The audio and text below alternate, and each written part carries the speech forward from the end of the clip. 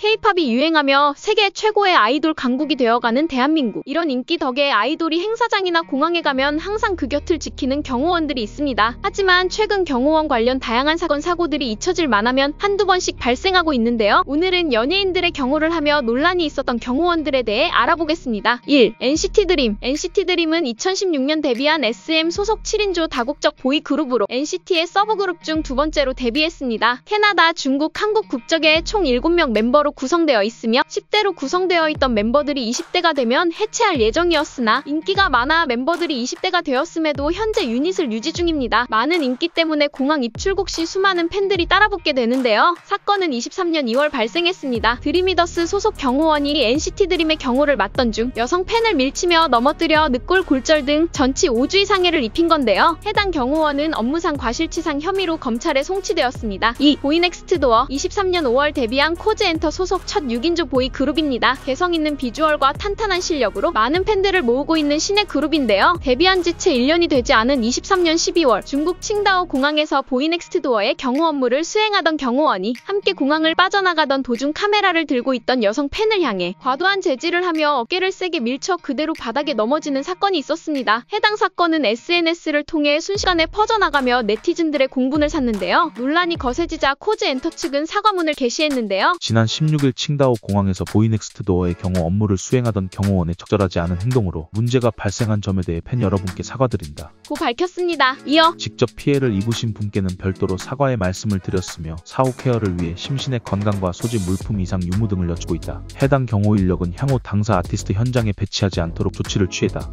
당사에서는 이와 같은 문제가 재발하지 않도록 경호 인력에 대한 경호 가이드 및 교육 강화에 만전을 기하겠다 고 덧붙였습니다. 3. 유나. 소녀시대의 유나의 경우 경호원에게 오히려 과잉 경호를 당한 케이스인데요. 이 경호원의 경호가 인종차별이라며 논란이 되었습니다. 24년 5월 유나는 제77회 칸 국제영화제에서 담당 경호원에게 과도한 제지를 받으며 인종차별을 겪었다는 논란이 있었습니다. 유나가 칸 영화제의 상징인 리미에르 대극장 계단을 올라가는 도중 뒤로 돌아서서 카메라를 향해 포즈를 취하려는 순간 해당 경호원이 팔을 뻗으며 막아선 건데요. 갑작스러운 제지에 유나는 당황스러운 표정을 지었지만 그럼에도 미소를 잃지 않고 행사장 안으로 들어갔습니다. 해당 경호원은 자신이 경호하는 스타 중 유색인종의 스타들을 상대로만 취재진들이나 팬들과 소통하는 것을 막고 빨리 들어가도록 재촉했는데요. 이 경호원은 아프리카계 미국 가수인 켈리 롤런드를 과도하게 막아섰다가 롤런드와 언쟁을 벌인 적도 있습니다. 해당 경호원은 마르셀로 미오 초연을 보기 위해 티켓을 가지고 영화관에 입장하는 우크라이나 출신 모델 폰티이스카를 난폭하게 막아섰다며 1.5억 원 상당의 피해 보상을 요구하는 소송을 당하기도 했습니다. 폰티이스카는 당시 적법한 입장권을 가지고 있었다. 나는 아무것도 잘못한 것이 없다 면서 사과를 요구하기 위해 조직위와 접촉을 시도했으나 조직위는 아무런 반응도 보이지 않았다 고 주장했습니다. 그러면서 자기 명성에 흠집이 생겼다며 10만 유로의 피해 보상을 요구했습니다. 4. N팀. 과잉 경호보다 과도한 수색으로 논란이 된 경호 사건도 존재합니다. 사건은 그룹 N팀의 사인회 현장에서 일어났는데요. N팀은 하이브의 레이블 가운데 일본의 현지와 아이돌을 관리하는 하이브 레이블 재팬 소속의 아이돌 그룹으로 일본 현지와 9인조 K-팝 다국적 보이 그룹입니다. N팀은 23년 7월 두 번째 미니 앨범 발매를 기념한 팬사인회를 서울 동작구에서 진행했는데요. 팬사인회가 끝난 후 각종 SNS에서 경호원이 녹음기를 찾는다는 등의 빌미로 과도한 몸수색을 진행했다는 경험담이 잇따라 올라오게 됩니다. 이곳에서 경호원들이 몸수색을 한다며 가슴을 만진다거나 브래지어를 올리고 속옷 검사를 당하는 등 수치스러운 경험을 당했다는 등에 대한 논란이 온라인을 통해 빠르게 퍼져나갔습니다. 이에 하이브사나 팬커머스 플랫폼 위버스샵이 사과문을 올렸는데요. 여성보안요원에 의한 바디체크와 관련해 사과 말씀을 드린다는 내용이었습니다. 하지만 사과문이 올라온 뒤에도 사과문 자체가 팬들에게 책임을 전가한다는 말과 본인들이 한 행동의 심각성을 인지 못하는 것 같다는 비판이 일었는데요. 사과문을 소속사가 직접 올린 것도 아니고 팬커머스 플랫폼 누리집에 올린 것을 두고도 사건을 축소시키는 것이 아니냐는 주장이 나와 논란이 됐습니다. 5. 변우석. 변우석은 지난 12일 홍콩에서 열리는 아시아 팬미팅 투어에 참석하기 위해 인천공항을 이용했는데요. 당시 변우석의 경호업체가 일반 승객에게 플래시를 쏘고 승객들의 항공권을 검사했을 뿐 아니라 공항 게이트를 차단했다는 글과 영상이 온라인상에 퍼졌는데요. 해당 사건은